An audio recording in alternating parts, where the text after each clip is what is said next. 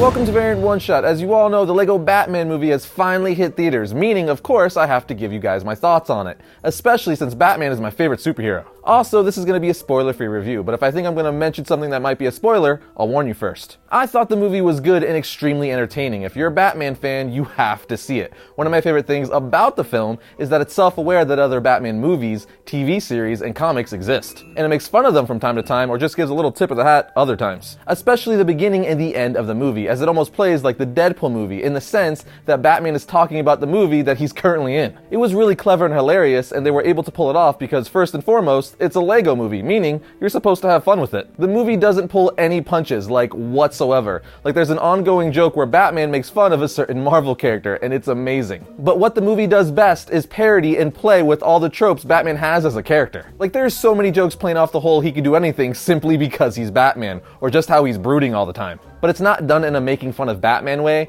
it's done in a fun, tasteful way that will just have you laughing the whole time. Again, this film is just really fun. Like, there's no shortage of laughter. If anything, there's too much laughter, in the sense that you'll still be laughing at a joke while another joke happened and you missed the second joke because you were still laughing at the first joke. That's not really a bad thing, but the point is, there's a whole lot of comedy. The voice acting was also spot on. Will Arnett was great as Batman, Zach Galifianakis was great as the Joker, and Michael Cera as Robin was amazing. Like, he's one of the best parts of the movie. You also have Rosario Dawson as Barbara Gordon, then we have Billy D. Williams as Two-Face, who played Harvey Dent in the original '89 Batman film. So it was fun to see him reprise his role in a sense and actually play the villain of Two-Face. There is tons of positive things to this movie, but again, my favorite thing about this movie is all the Batman fan service. Like, I'm not going to describe any scene specifically as I'm trying to keep this a spoiler-free review, but there's references to the '66 Batman series, Batman Begins, The Dark Knight, Batman v Superman, The Dark Knight Rises, Bane specifically, Batman the Animated Series, The Dark Knight Returns comic, Batman Beyond,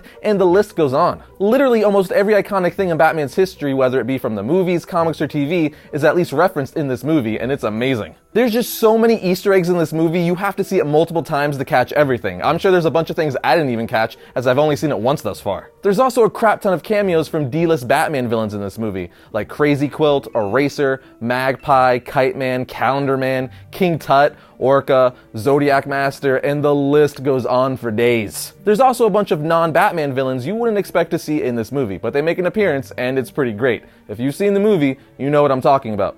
They're not even comic book villains. With all that said, as much as I enjoyed the movie, it didn't quite hit the bar I wanted it to hit. And that's mainly because I felt like this movie was geared a lot more towards little kids. Now, with saying that, obviously it is a kid's movie. What I mean is, it just didn't have that element where the older crowd could relate to it a lot more, like the first Lego movie did. In my opinion, the first Lego movie is still the superior movie, as it dealt with a lot more adult themes and just overall life in general. It just had that element that allowed both kids and adults to become fully invested. I think the first Lego movie is actually one of the best children films to come out in the last decade. And while the Lego Batman movie is really fun and I had a good time watching it, especially being the big Batman fan that I am, it's not an amazing movie, it's just fun in my opinion. As a whole, it was just missing that extra spark for me to push it over the edge and make me think it was amazing. Although I will say, funny enough, it explores Batman and Joker's relationship better than most Batman movies have done thus far. But to sum up my thoughts, I really liked the movie. I thought it was good, not amazing. If you're a Batman fan, you have to see it. And if you have a little one, you need to take them to see this movie, because if they love Batman or DC Comics in general, this movie is gonna blow their mind.